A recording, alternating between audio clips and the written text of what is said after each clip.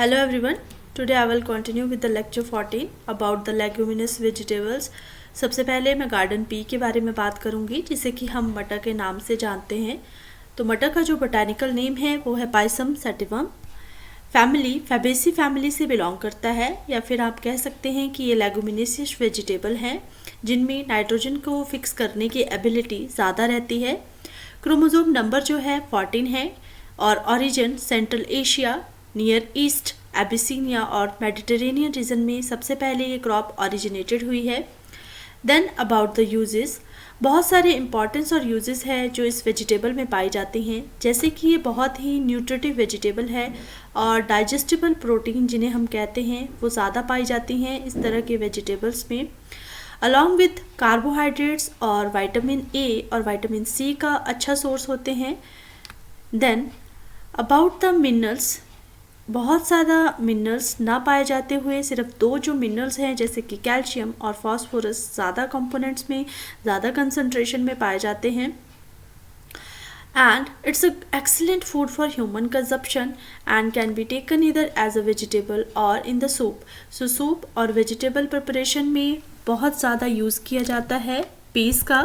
Then large proportion is processed, यानी कि processing purpose से अगर देखा जाए तो कैनिंग, फ्रोज़न और डिहाइड्रेशन जो बहुत ही इम्पॉर्टेंट है और ऑफ सीज़न में इसीलिए इस वेजिटेबल की कंजप्शन जो है ज़्यादा की जाती है।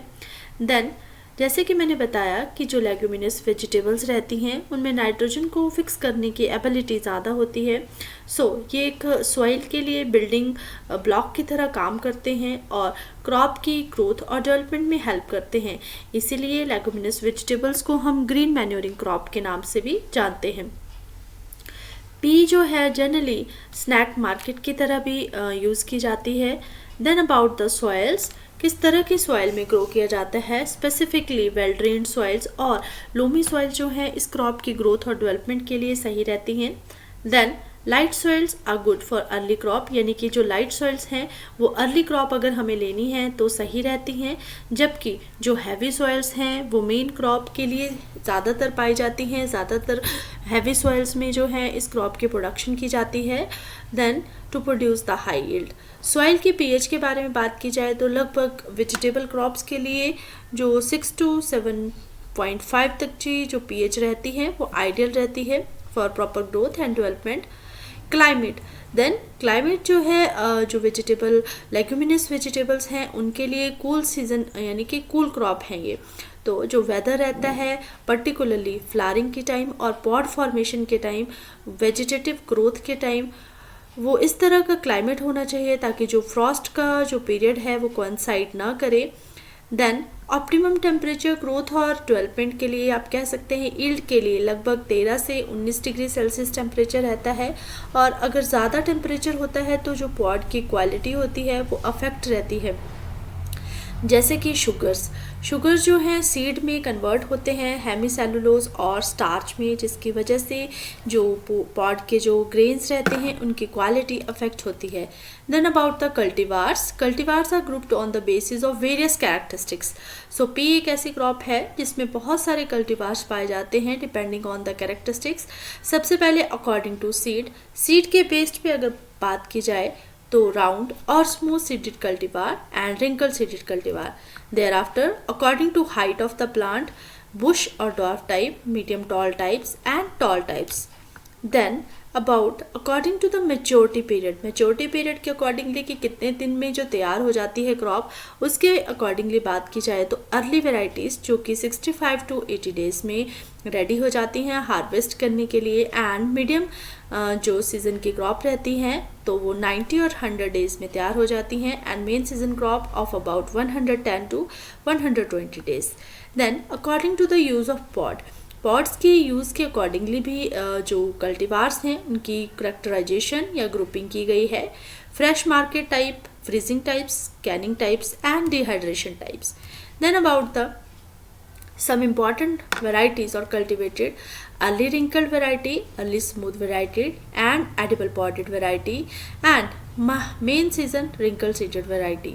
तो सबसे पहले अर्ली wrinkled varieties में आती हैं अर्कल, मटर अगेता 6, आज़ाद P3, पंथ मटर 2, VL अगेती मटर 7, early badger, little marble, Kelvedon, wonder and early December Jawahar Mटर 3 and 4. Thereafter early smooth seeded varieties में Asauji, Lucknow Boniya, Alaska, early super, meteor and edible podded जो पीस रहते हैं उनमें वैरायटीज आएंगी सिल्विया, पंजाब मीठी फली, Alaska, early super and meteor. Main season wrinkled seeded varieties में Bournville, Lincoln, Azad P1, PB89, Palam Priya, VL3 varieties जो हैं इंपॉर्टेंट है. यहाँ पे आप फोटोग्राफ्स में देख सकते हैं आज़ाद P1 को. ये आपका VL अगेती मटर 6 है. ये वैरायटी जो है लिंकन है. And this is the variety Palam Priya जो कि पाउडरी मिल्ड्यू रेजिस्टेंट वैरायटी है. And the edible podded pea, edible podded जो वैरायटीज़ रहती हैं उनकी जो शाइनी नेचर की वजह से ही ज़्यादातर इन वैरायटीज़ को एडिबल पॉडेड पी के नाम से जाना जाता है.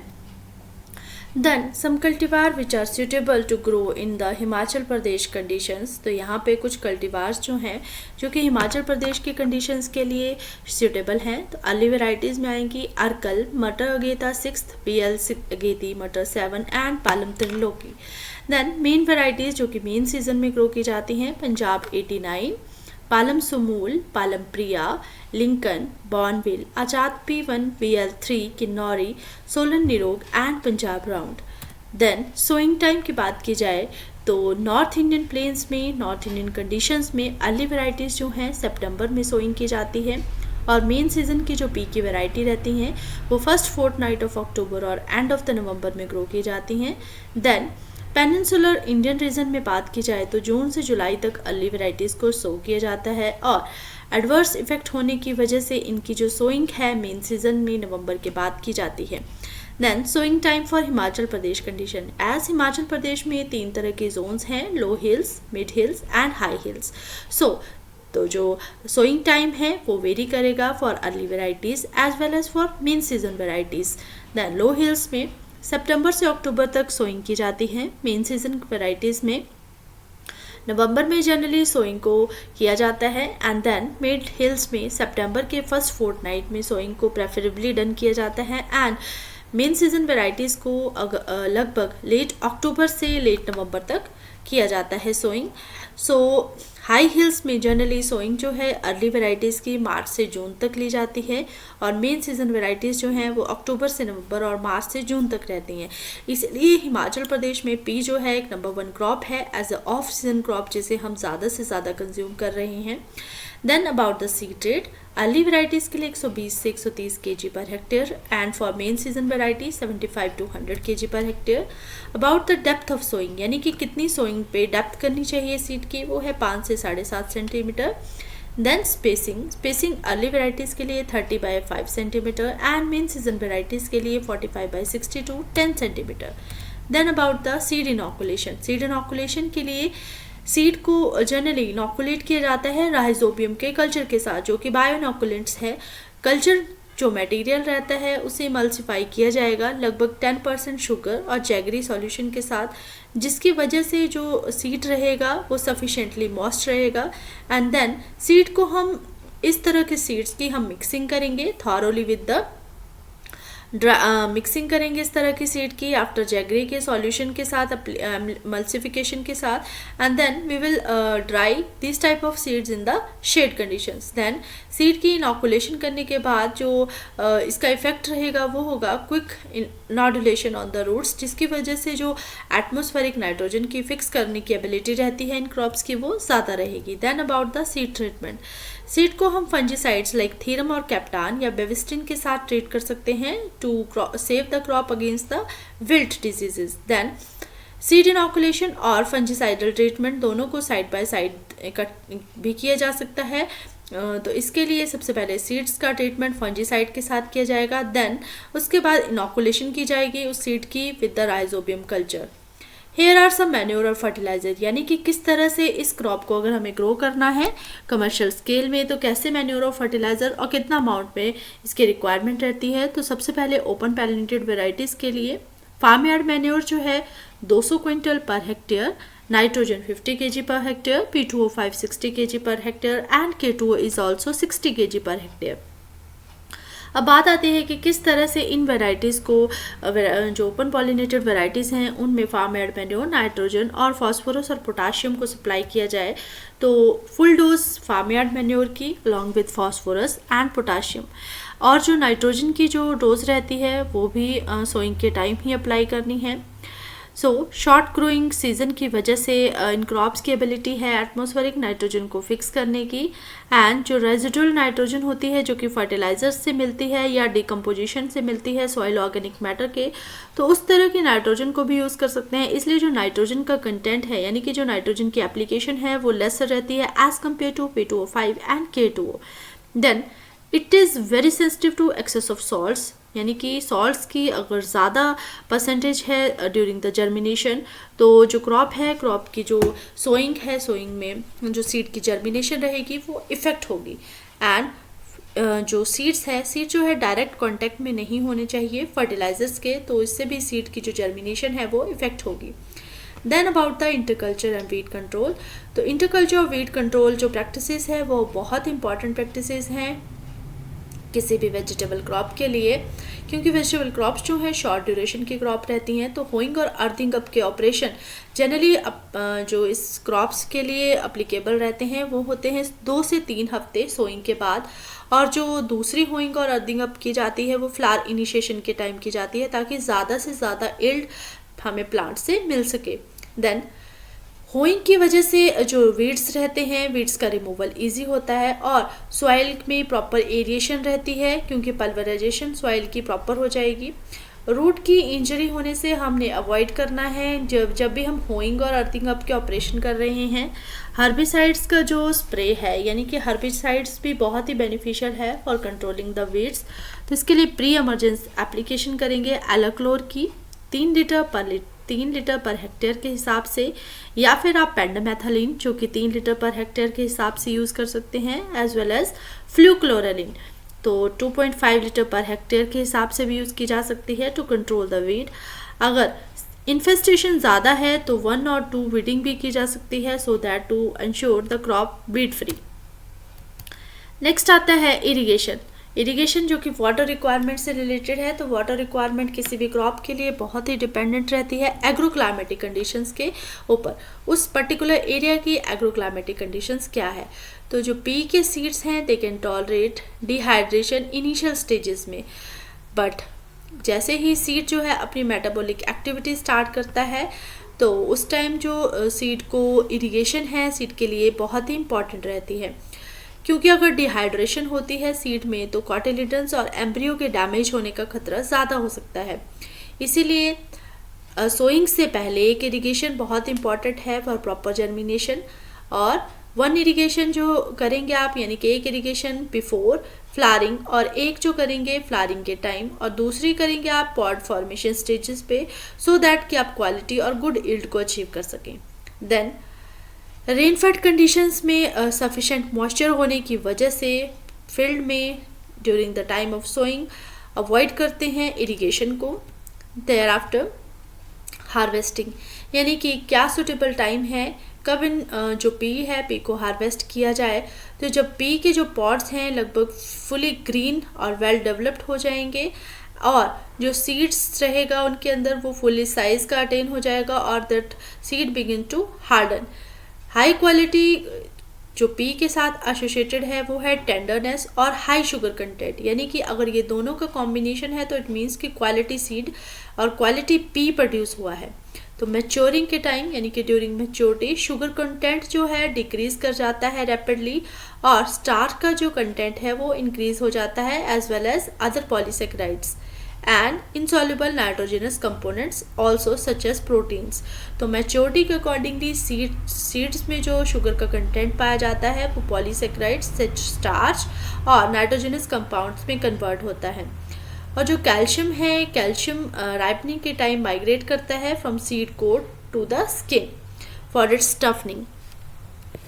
तो पिकिंग हम जनरली कब करेंगे, जैसे ही जो ग्रीन ओव्यूल्स हमें देखने को मिलेंगे, यानी कि ग्रीन पी पॉड स्टेजेस पे ही जनरली इसकी जो हार्वेस्टिंग है वो बेटर रहती है। तो अर्ली वेराइटीज़ के लिए 2 से 3 पिकिंग और 3 से 4 पिकिंग जो है वो 7 से 10 दिन के इंटरवल में करेंगे for the main season crop.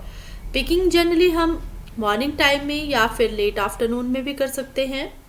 Then mid day में पिकिंग को अवॉइड करना है अगर हमें क्वालिटी पी चाहिए, क्योंकि हीट के वजह से पी की जो क्वालिटी है वो डेटेरियोरेट हो सकती है।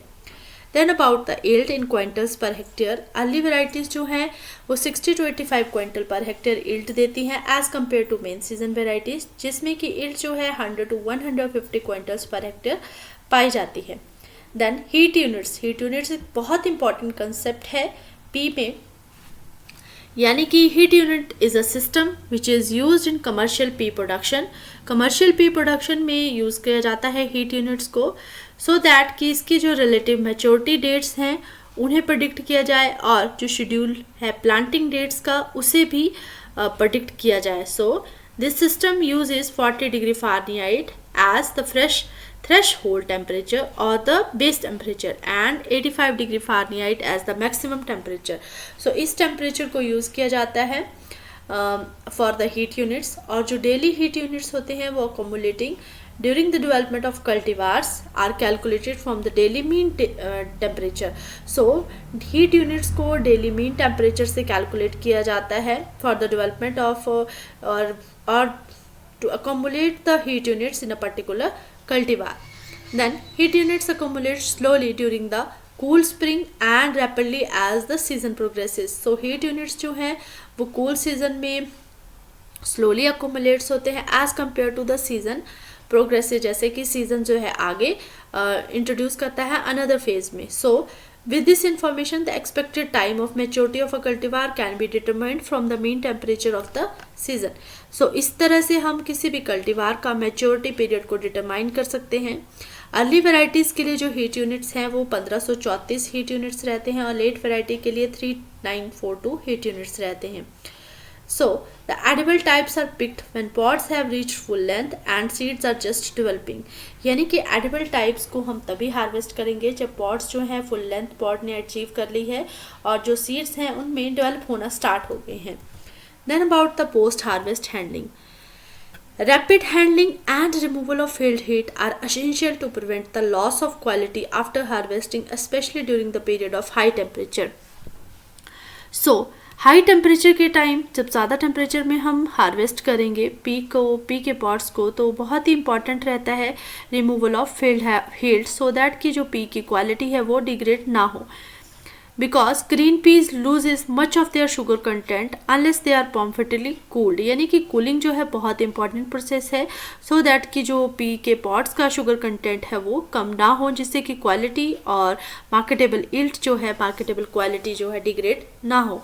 सो हाइड्रो कूलिंग जनरली प्रेफर्ड करते हैं प्री कूलिंग के लिए, और जो कूलिंग की जाती है वो 1 to 2 वीक्स के लिए 32 डिग्री फ़ारेनहाइट टेम्परेचर पे एट 95 to 98% रिलेटिव ह्यूमिडिटी पे। अगर क्रॉप को प्रॉपर पैकेजिंग कर रहे हैं विद क्रश्ड आइस, तब भी हम स्टोरेज के जो पीरियड है उसे एक्सटेंड कर सकते हैं लगभग 1 वीक के लिए। 2 वीक के लिए अगर हमें कोल्ड स्टोरेज करनी है तो 0 डिग्री सेल्सियस पे करेंगे और रिलेटिव ह्यूमिडिटी 85 to 95% रहेगी, और जो टेम्परेचर है वो लगभग 21.5 डिग्री सेल्सियस टेम्परेचर जो है वो अनफिट रहता है सेल पर्पस के लिए। एंड अबाउट सम डिजीजेस, यानी कि powdery mildew, fusarium wilt, root rot, bacterial blight और वायरल डिजीजेस जो है इस तरह के क्रॉप को इफेक्ट कर सकती हैं। तो यहाँ पे कुछ मैनेजमेंट प्रैक्टिसेस बताई गई हैं, जैसे कि सीड ट्रीटमेंट कर सकते हैं, कैराथियन या फिर यूज़ कर सकते हैं, बेविस्टिन कर सकते हैं use for seed treatment, soil drenching के लिए, और बैक्टीरियल ब्लाइट को कम करने के लिए स्लरी ट्रीटमेंट कर सकते हैं सीड का यूजिंग स्ट्रेप्टोमाइसिन सल्फेट, और स्ट्रेप्टोमाइसिन सॉल्यूशन में लगभग 2 घंटे के लिए अगर सीड को सोक करते हैं तब भी बैक्टीरियल विल्ट से क्रॉप को सेव किया जा सकता है। Thereafter here are some diseases, जैसे कि पाउडरी मिल्ड्यू में आप पाउडरी तरह के पैचेस देख सकते हैं, बैक्टीरियल ब्लाइट का symptoms, and here the symptom of fusarium wilt. Then about some insect pest and their control measures, pea aphid जो कि डायमेथोड से कंट्रोल किया जा सकता है, पॉट बोरर साइपरमेथ्रिन से कंट्रोल किया जा सकता है। पी वीविल को कंट्रोल करने के लिए फ्यूमिगेशन की जा सकती है ड्राई पीस की with the methyl bromide. And leaf miner को फेंथियन और फेनीथ्रोथियन के साथ कंट्रोल किया जा सकता है। सो शुगर स्नैप पीस जो है एक एडिबल पॉटेड पीस रहते हैं जिन्हें कि हम स्नो पी कहते हैं। सो स्नो पीस जो है ये म्यूटेंट है किसी भी स्टैंडर्ड पी का। देन इनकी जो क्वालिटी रहती है शुगर स्नैप पीस की, they are very crisp, sweet, tender, so that कि इन्हें हम एज अ रॉ मटेरियल भी यूज़ कर सकते हैं एंड रॉ भी खा सकते हैं और कुक्ड फॉर्म में भी यूज़ कर सकते हैं। शुगर स्नैप पीस जो है स्लो डेवलपमेंट रहती है इनमें सीड्स की और पॉड फाइबर की। इनका जो टेस्ट रहता है वो स्वीट रहता है, लगभग tender, sweet edible podded pea के नाम से इसीलिए इन्हें ज़्यादातर जाना जाता है। But these peas are very difficult to grow than the standard peas, क्योंकि ये जो है adverse weather climate environmental condition को जो है सेंसिटिव रहते हैं और बहुत ज़्यादा ससेप्टेबल होते हैं पाउडरी मिल्ड्यू जैसे डिजीज़ के लिए। इसलिए ओवर राइपनिंग से सेंसिटिव होने की वजह से मार्केट की जो क्वालिटी है यानी कि मार्केट क्वालिटी को भी इफेक्ट करते हैं। सो क्रॉप को हार्वेस्ट तभी किया जाए सो दैट कि इसमें जो सीड की एनलार्जमेंट है वो कम से कम हो। एंड शुगर स्नैप पी, यहाँ पे आप देख सकते हैं शुगर स्नैप पीस को इस तरह से रहते हैं। So this is all about the peas. Thank you everyone.